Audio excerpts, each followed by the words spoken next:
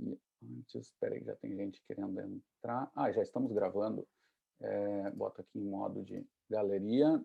Bom dia a todos, pessoal. Dia 9 de março de 2021, aula referente à disciplina de treinamento físico da URGS. Vamos lá, vamos continuar tocando o conteúdo. Deixa eu ver aqui, gente, só pegar a informação correta, né? É a Maureen e o Gabriel que vão apresentar métodos de resistência, fartlek e circuito. Tá? Ainda tem gente entrando. Vamos começar por aí, depois a gente vai para os tópicos especiais.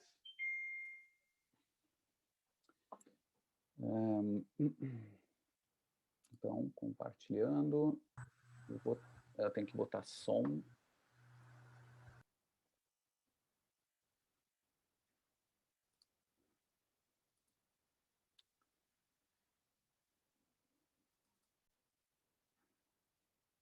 Estão vendo aí uma página do YouTube?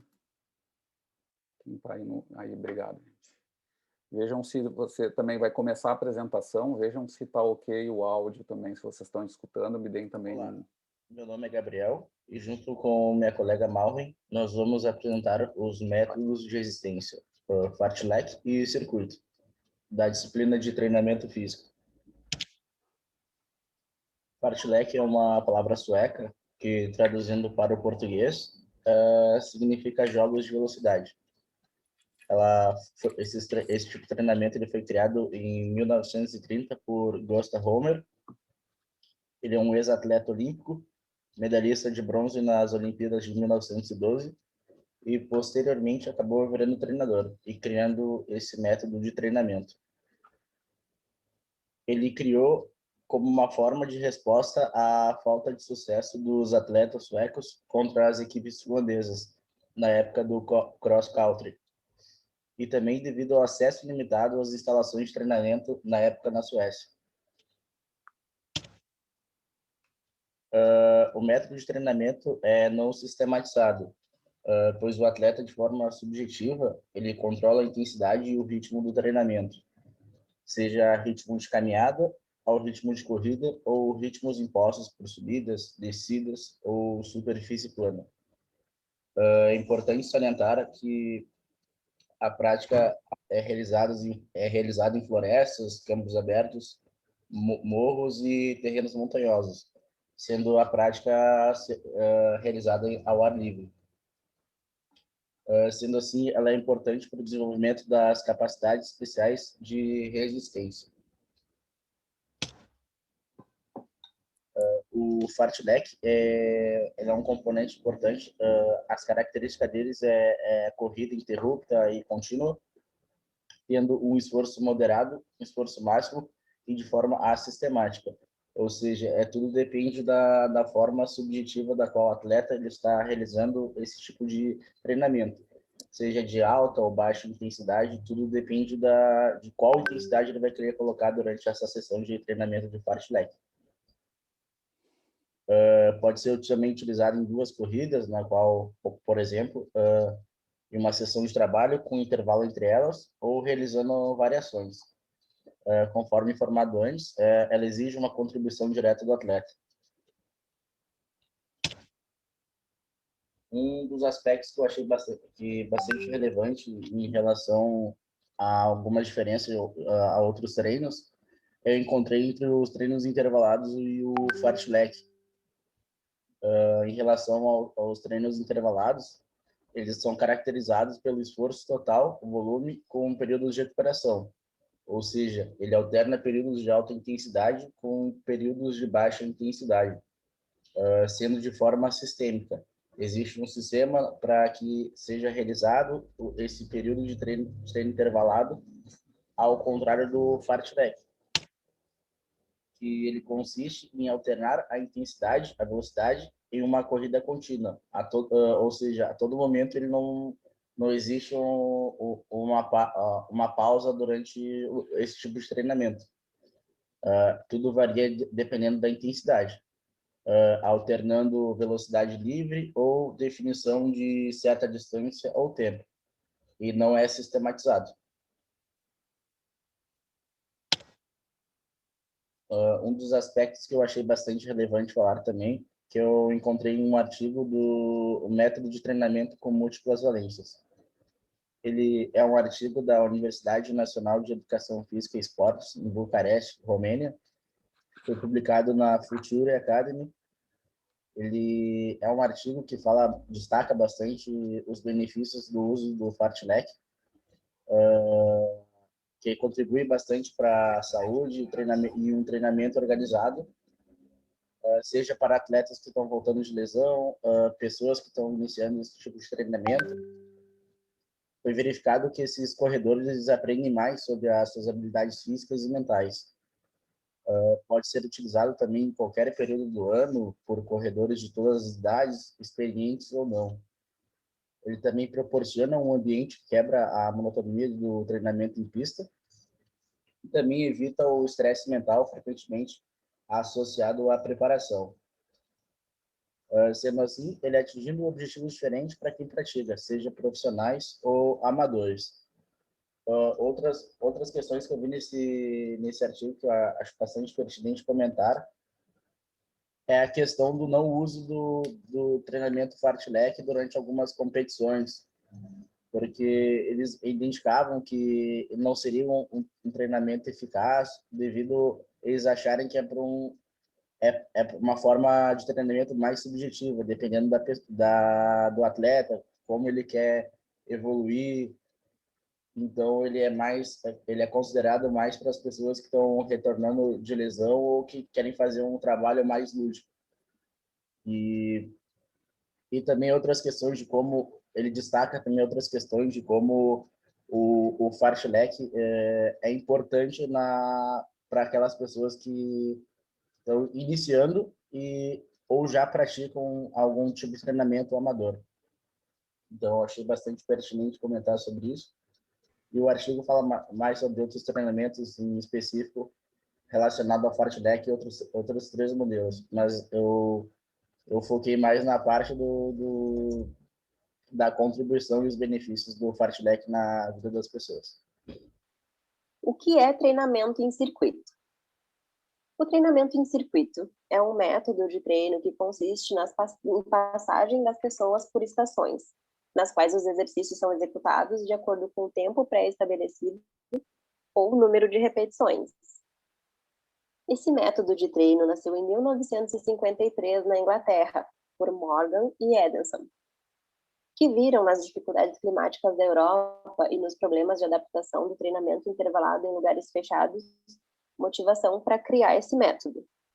O treino em circuito desenvolve a resistência ou a resistência aeróbica, que pode ser aeróbico ou anaeróbico. Podemos dizer que o circuito aeróbico tem como objetivo desenvolver a resistência aeróbica e é realizado em ritmos moderados. É indicado para trabalhar a resistência muscular localizada. Já o circuito anaeróbico é aquele que os participantes devem executar os exercícios em velocidade. É ideal para treinar velocidade e potência muscular. Algumas características importantes em um treino de circuito. Alternar os grupos musculares que são trabalhados, os membros superiores, membros inferiores, dorsais, abdominais, exercícios gerais e combinados. Os exercícios devem ter execução simples, pois isso facilita o momento de trocar de uma estação para outra. Deve haver um aquecimento antes do treino. As estações podem ser determinadas por tempo ou número de repetição.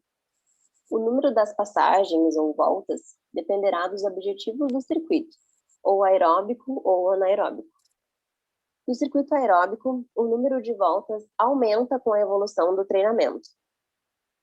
No circuito, tanto os intervalos entre as estações como intervalos entre as voltas deverão ser curtas, mantendo uma continuidade. As cargas por estação deverão ser individuais, caso esse treino seja feito em grupo.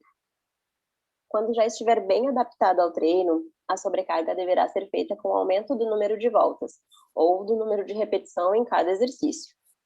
O ideal é que sejam feitas entre 20 e 30 repetições para cada exercício, mas dependendo do condicionamento físico de cada um, pode ser feita entre 10 e 20 repetições.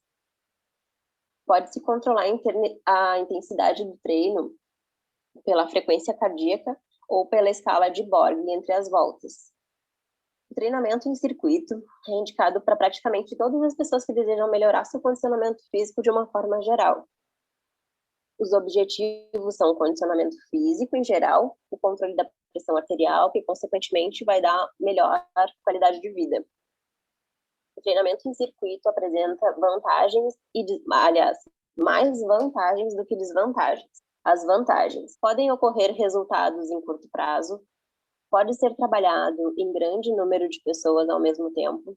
Geralmente, os exercícios são simples, facilitando a aprendizagem, possibilitam um bom número de variações no treinamento, o que contribui positivamente para a motivação, permite um aproveitamento ótimo do tempo e espaço disponíveis. Geralmente, nos treinos em circuito, a pessoa tem a sensação de que o tempo passa mais rápido, pois a sessão é bem dinâmica. Quando feito em grupo, esse tipo de exercício é excelente para interação social. As desvantagens. Esse método de treino apresenta mais vantagens do que desvantagens na visão de autores clássicos da educação física, e na minha também. O treinamento em circuito trabalha de forma geral as qualidades físicas, resistência aeróbica, flexibilidade, velocidade, entre outros. Mas se o objetivo é praticar uma corrida de rua de 10 km, por exemplo, é preciso treinar corrida, treinar o sistema aeróbico de forma específica para alcançar esse objetivo. Nesse caso, o treino em circuito vai funcionar de uma forma auxiliar. Ou ainda, se o objetivo for hipertrofia muscular, o mais indicado é fazer musculação, por exemplo. O treinamento em circuito é um tipo de treino que exige atenção e certa familiaridade com os exercícios. Por isso, no início, é interessante escolher exercícios mais simples, sem a utilização de equipamentos especiais. É isso aí.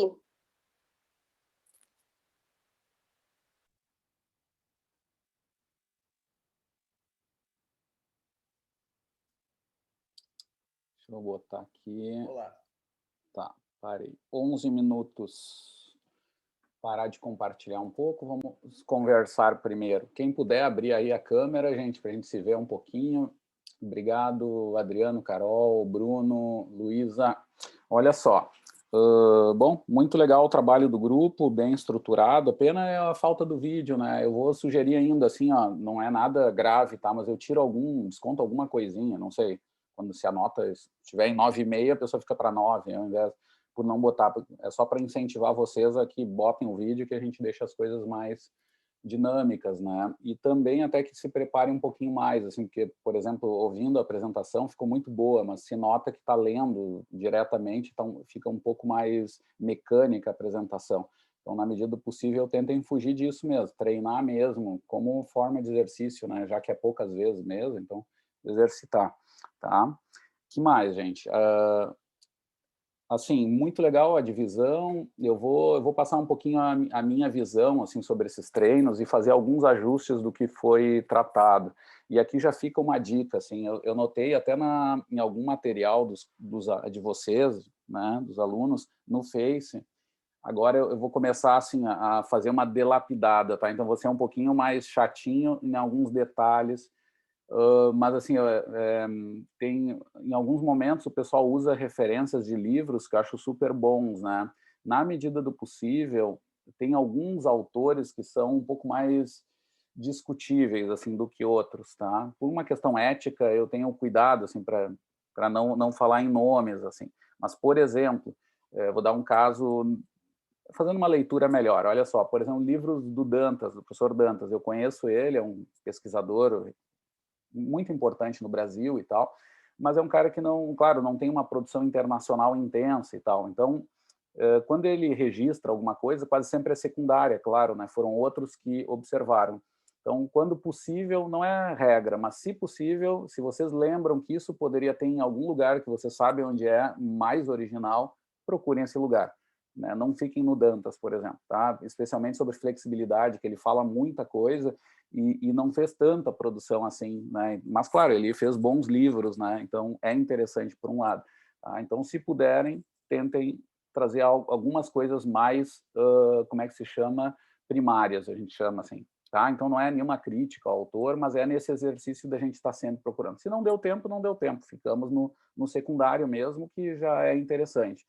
E vou dizer para vocês, tá? Isso é a forma de referenciar. Por outro lado, eu acho que é super importante ler também o material mais didático da nossa área, tá? Isso não, porque é o meu papo de pesquisador e às vezes parece que só tem uma direção às coisas. Eu não acho isso.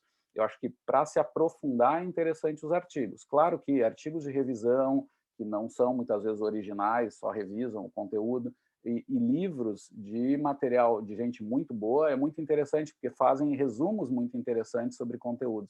Então, lembrem disso, eu não estou negando, só estou dizendo que dá para adicionar ou até trocar se vê que é mais original, né? Então, lembrem disso também. Que mais, gente? Adicionando, tá? Pensando nesse sentido. Sobre os treinamentos, assim, eu vou fazer uma divisão, sobre o Fartlek, sempre tem uma, dependendo do autor que se pega, tem uma visão um pouco mais raiz, né, mais root, assim, do negócio, o pessoal diria mais purista, sei lá, um termo assim, ou xiita, para ser mais engraçado, ou um cara mais moderno, né, sobre o Fartlek. Então, o que a gente vê na prática de treinamento em várias áreas? É o pessoal usando o Fartlek para muita coisa, até meio variada, porque alguns usam de um modo como foi criado mais próximo inicialmente. Aí o professor Cruel, por exemplo, é um defensor disso. Deveriam usar aquilo que foi criado. O cara lá, o sueco lá, inventou o sistema, e então não dá para querer ficar botando muita regra, porque pela definição dos alunos, que foi correto, o Fartlek ele é não controlado. Tinha um outro termo que não me vem agora a mente, não lembro, mas afirma isso, né? Não é controlado o treino. E realmente, o Fartlek inicial tinha só elementos iniciais, tinham indicações gerais do que se deveria fazer durante aquele período de exercício. E depois as restrições ambientais e alguma restrição de tarefa indicaria as oscilações de intensidade, que é esse jogo de velocidades. Né? Essa é a grande característica do Fartlek, né? É tu alterar intensidades em movimento, dinamicamente. Então, é um meio do caminho, o Fartlek, entre o treino contínuo e o intervalado. Né? É um treino onde tu tens modificações de intensidade, mas as cargas de baixa intensidade, elas não chegam a ser intervalos de recuperação. É como se fosse um intervalo ativo, só que um pouco mais intenso ainda. Tá? Isso é o que nos ajuda até porque tem situações, a gente vai ver que o Fartlek se parece muito com o intervalado ativo, a gente chama, porque a pessoa não para e vai só alternando exercício. Bom, o Fartlek, aí qual é o diferencial para eu chamar de Fartlek e não chamar de intervalado ativo, né, com intervalos ativos? É pensar o seguinte, que o intervalo, a baixa intensidade, não é um intervalo apenas, ele é uma intensidade de exercício também. É algo meio qualitativo, mas eu tenho que colocar isso na cabeça. Meu intervalo, aquela parte de baixo é uma parte do exercício? Então tá mais para Fartlek, tá? Por quê? O que acontece, pessoal? Então, nós temos a forma antiga, mais clássica do Fartlek, quase sempre era muito longa, tá? Envolvia 40 minutos para mais de exercício, coisa que hoje muita gente faz Fartlek diferente, faz menos tempo, e a gente vai ver que não é errado. Então, para resolver isso, eu costumo chamar de o Fartlek moderno e Fartlek tradicional. O Fartlek tradicional é esse que foi mais apresentado aqui na aula, né? Muito livre, tá? Onde até inicialmente, se a gente fosse seguir, as restrições de ambiente e de tarefa nos dariam o exercício. Então, tu não teria indicações temporais precisas. Não ia ter que dizer, olha, a cada tantos minutos dá um tiro, aumenta a intensidade para tal coisa. Não.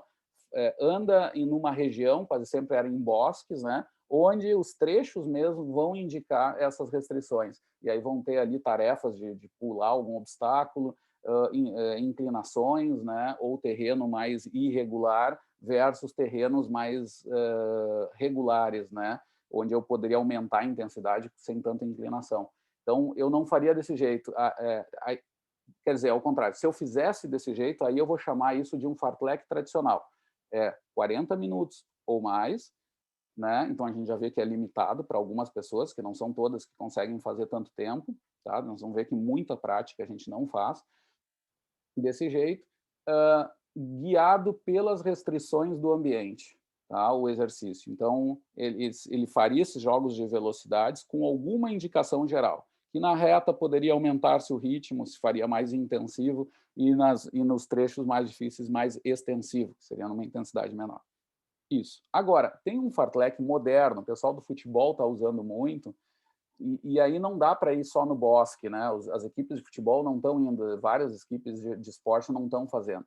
E aí varia um pouco. Então, não dá para dizer que é errado, porque tem características de fartlek. Então, para resolver isso, a gente chama de um fartlek moderno. Tá? E aí não entra nessa religião, isso aqui é errado. Porque no mundo real se faz, e é interessante saber que está sendo feito também. Né? E aí eu achei essa solução, chamar de fartlek moderno. O que é o fartlek moderno? Geralmente é menos tempo, ele dura ali de 15, 20 minutos até 30, isso é o mais comum. Tá? São fartleks mais curtos, mas não é tão curto assim, é no mínimo 15 minutos, 20 minutos. Tá? Onde eu vou ter o jogo de velocidades pré-controlado, eu vou ter super definido. Então, eu vou dar a volta na pista, por exemplo, e vou dar tiros no meio da pista, lá no trecho dos 100 metros, por exemplo. Tá? Eu aumento muito o ritmo. E depois, no resto da volta, eu faço em ritmo menor. Tá? Que alguém poderia chamar isso de um intervalado. É aí que se aproxima. Tá? Quase sempre está adicionado alguma tarefa. Né? Eu faço toda aquela volta, salto, cabeceio, eu faço um chute lá, um gesto de chute ou defesa, né? Uma mudança de direção e volto a correr. Né? E não paro. Isso é um fartlek. É um fartlek específico para atividades do futebol, por exemplo, né? Onde eu começo a simular situações de jogo, mas não é um treinamento intervalado. Ainda não é, porque não tem um descanso tão forte, assim, tão claro ali, embora tenha, sim, variação de intensidades, tá? Mas eu vou ter essa história aí que até o pessoal apresentou ali, que eu também não lembro do termo, mas é multicomponentes, alguma característica ligada a isso, tá? Que mais, pessoal? Esse é o fartlek moderno, tá? Então, dá para fazer assim também, e tem mais controle da intensidade. Muitas vezes os atletas fazem baseado na frequência cardíaca.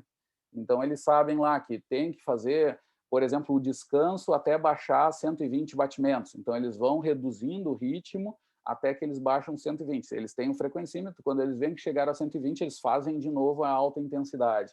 Né? Eles mudam de novo. Isso dá para fazer na esteira, por exemplo. Aí na esteira pode ser tu fazer o sprint rápido num uphill, na esteira, por tantos segundos, 30, 40 segundos, aí tu baixa a intensidade para algum ritmo extensivo. Não pode ser muito baixo para não caracterizar o repouso, o intervalo total, mas se faz isso, até baixar a frequência cardíaca. Quando baixou, aí é individual, para alguns pode demorar 1 minuto, para outro 2 minutos, até tantos batimentos, quase sempre é 120, por ali, batimentos, se faz a alta intensidade de novo, se aperta no botão lá da condição de alta intensidade, tá? Isso é comum de se fazer, isso também ali tem elementos de um fartlek também, tá? Embora o pessoal mais de raiz diga, isso não é fartlek. Bom, para resolver isso, porque isso também não é um treino intervalado clássico, né? Então a gente costuma chamar de fartlek moderno, tá? Essa é a solução, com inclusão de alguma atividade e tal. Mas lembrem que tem que ter a característica de não poder parar, tem que ser em movimento, tem que ter,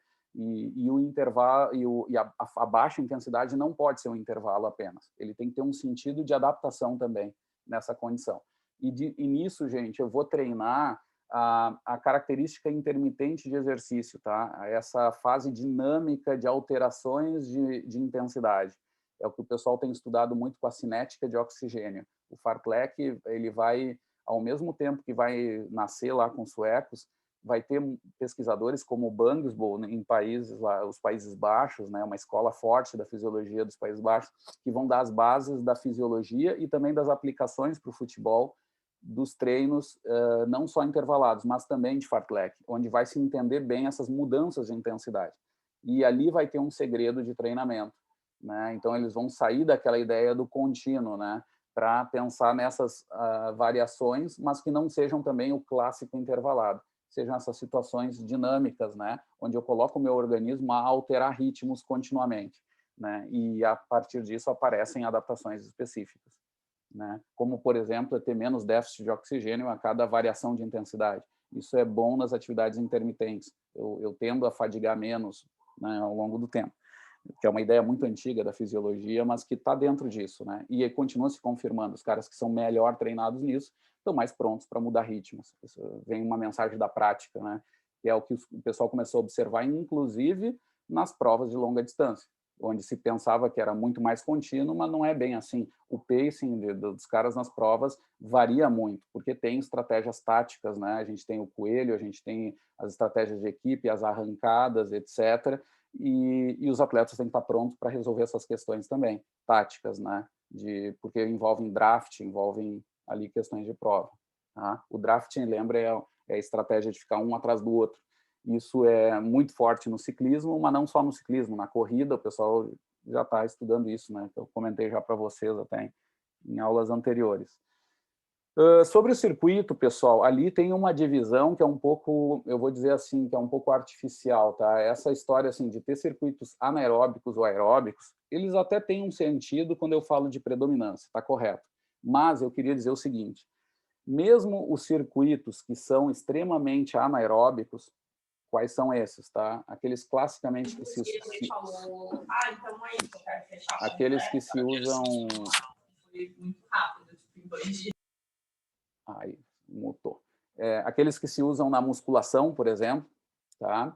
Esses daí já estão bem estabelecidos, e quando eu falo disso, até gosto de falar de um colega, mas só para passar a mensagem, estão bem estabelecidos que mesmo nesses que são extremamente anaeróbicos, mesmo assim, a maioria dos estudos mostram que a vantagem desse tipo de treino, por exemplo, que é o treinamento de força em circuito, é que te traz também adaptações na aptidão cardiorrespiratória, em resistência.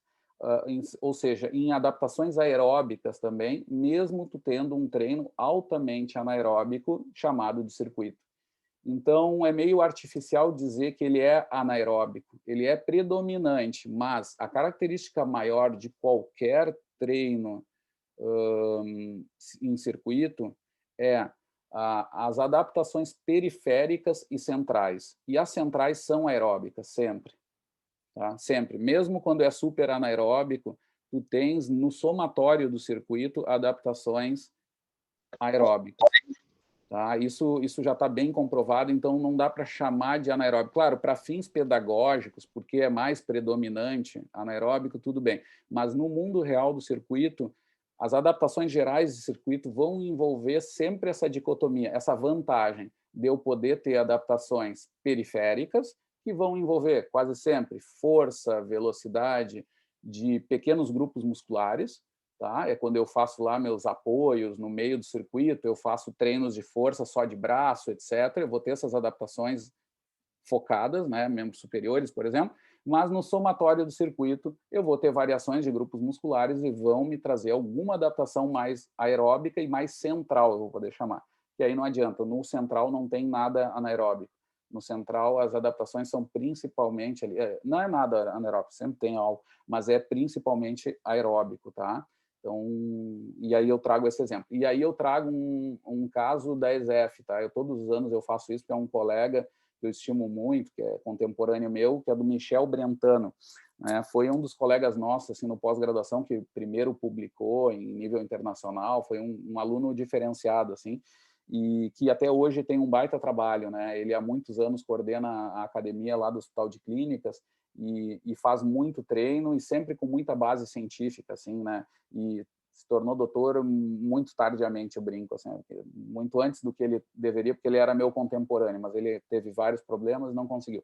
Mas, de qualquer jeito, o que eu queria dizer aqui é que ele fez um baita trabalho. Naquela época, lá no mestrado dele, que saiu a publicação internacional, que foi inovadora, assim, na época, até no nosso programa de pós-graduação, era um treino em idosos em circuito versus treinamento de força individual tradicional.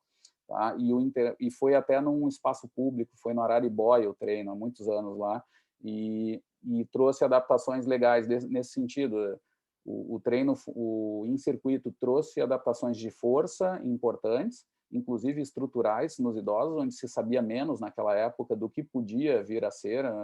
Assim, se pensava muito que o idoso naquela época não melhorava, não aumentava a massa muscular, ou era reduzido o potencial disso, e ele mostrou que poderia sim.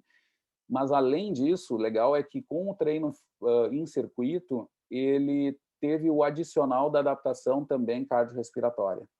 Tá? Esse foi uma das mensagens, que hoje é uma coisa que já se sabe bem, e dali abriu muito caminho para se estudar os treinos concorrentes também, outros modelos mais complexos, que não só esse circuito, mas eu sempre gosto de lembrar, né, do Michel Brentano. Tá?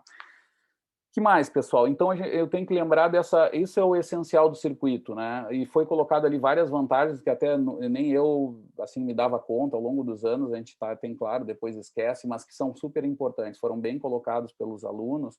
As questões motivacionais, eu consigo trabalhar em grupo quando eu preciso ter um reforço de equipe, assim, mental. Os treinos em circuito são bons, porque eu tenho um controle de todo o time sincronizado no treino.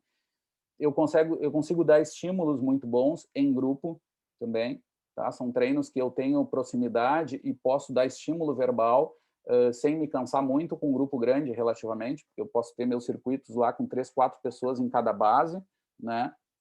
E posso alternar isso. O que eu senti falta ali? Uns dados um pouco mais práticos, tá? O circuito costuma se fazer, tá? É um pouco variado, mas no mínimo, assim, entre 4 até 12 bases do circuito. Porque lembrem, um circuito, tu tem que encerrar um circuito. É como se fosse um circuito elétrico, né? Um círculo, assim. Tu tem que encerrar. Então, tu vai ter as bases ali. Tu pode ter 4 bases, que são relativamente poucos exercícios, ou tu pode ter vários, 8, 12 até. 12 é o número mais comum. Mais do que isso é mais raro ter tanta base assim, mais do que isso. Tá? Onde tu pode alternar grupos musculares, né? E fazer os seus descansos. Os tempos em cada base giram também predominantemente entre 30 segundos e 2 minutos. Tá? E esse tempo vai me dar a ideia da intensidade. Se atentem a isso, porque isso acontece muito. Né? Como é que eu controlo a intensidade? Pelo tempo. Professor, mas o tempo não deveria ser o volume? Sim, mas é porque exatamente existe essa relação do volume e intensidade inverso. Todo treinador experimentado sabe isso de memória, está na massa do sangue.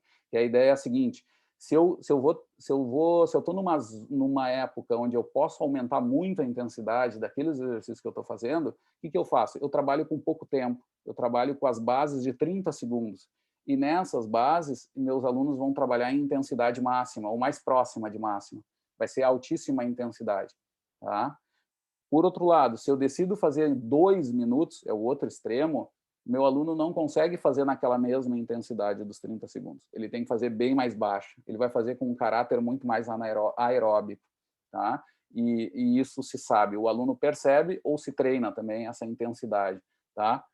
E aí eu vou permitir que a intensidade baixe. Essa que é a característica dos 2 minutos. Se fizer alguma coisa fora disso, é porque o aluno não está fazendo direito o treino. Tá? E tem que regular melhor a carga individualizada, mesmo como foi colocada, mas tem esses limites óbvios intraindividuais. Tá? Não adianta o aluno, 30 segundos fazendo aquele mesmo exercício, em 2 minutos, ele tendencialmente tem que fazer em menor intensidade, porque senão tem alguma coisa errada. Ou ele estava roubando numa fase, ou ele tá enlouquecendo numa outra.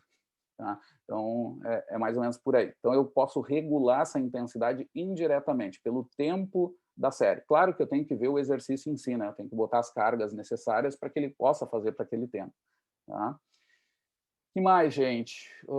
Oscilando, maior estímulo. Outro mistério do fartlek que eu queria dividir com vocês. Eu tenho uma história assim em 2015, quando eu estive no norte da Itália lá, eu conheci um pai do colega meu, é o Giulio Pavei, né? Que é um atleta que foi maratonista a nível olímpico. Ele participou de uma maratona em nível olímpico, se não me engano, da Olimpíada da Grécia, tá? de Atenas. E ele um atleta de alto nível e também um treinador de alto nível. Tem uma escola muito forte do atletismo lá de Belluno. Tá? um cara super experimentado, conheceu muita gente de alto nível, Pavo Nurmi e por aí vai. A história do atletismo. E eu pude ficar uma semana lá na terra dele, lá, e conhecendo, e ele me disse assim, ele disse, olha, vou te fazer conhecer o meu maior segredo, né, de treino. E eu estava esperando que fosse alguma coisa fisiológica diferente, ou até bobagem, pode ser doping, ou coisa assim, né? E aí, o que acontece? Ele me levou lá, disse, vamos lá conhecer o tal segredo, né? O secreto. Me levou de carro no meio do mato, né? Um campo perdido lá de Beluna para fora da cidade. E aí ele me mostrou. O segredo dele eram os locais de treino que ele conhecia, tá? E é isso que eu queria dividir com vocês. Assim. Ele me mostrou, olha, cara, esses caminhos aqui da igreja têm essas características, esse aqui tem outra, e aqui eu trago meus atletas quando eles já estão comigo há mais tempo, são aqueles de tesouro que eu vou conseguir treinar algumas coisas com ele. E uma das grandes coisas que ele faz são fartleks específicos, assim, por causa do ambiente, por causa das características daquele lugar que ele tem. E a gente acaba vendo isso, o treinador experimentado acaba conhecendo locais de treino também que são adequados para aquilo que ele quer treinar. E nós também, às vezes, muito academicista, damos menos valor para isso, mas não é pouca coisa. Isso é uma informação importante. Eu saber onde treinar também para essas coisas. Eu quero fazer treino de lomba, onde é que estão os lugares bons para fazer isso? Né? Alguns são meio óbvios, mas outros nem tanto. Né, envolvem também conhecer isso. E, claro, treino de lomba é mais simples, eu penso só na inclinação. Mas tem também como pensar no fartlek, num trecho maior que tenham características X. Aí o pessoal do ciclismo, por exemplo, vai para Itapuã lá fazer, porque sabe que tem locais bons de fazer treinos tais lá, não sei. Tem gente que conhece lomba aí nos morros de Porto Alegre, né, e vão treinar aí.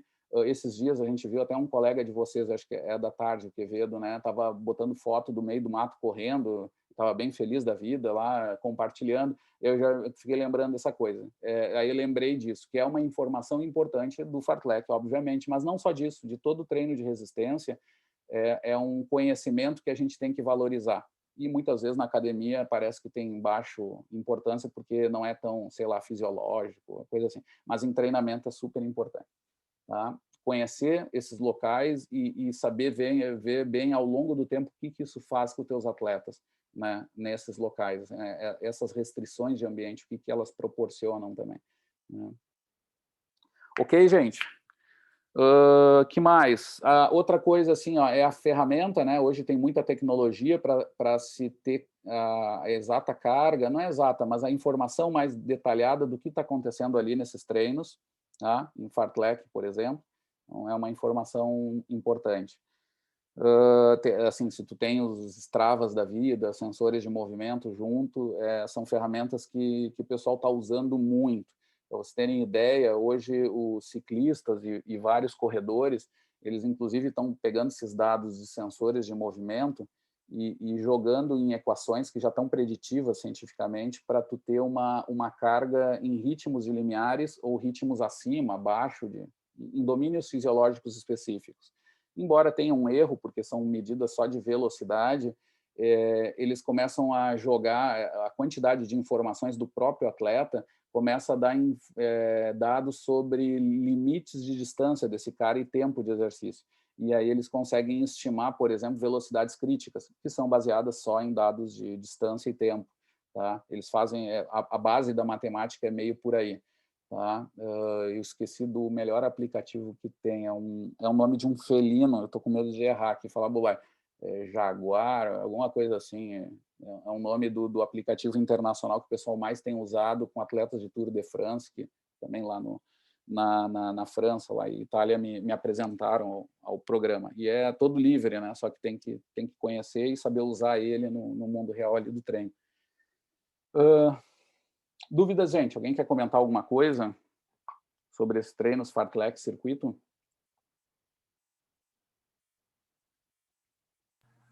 Professor, o Alexandre está falando.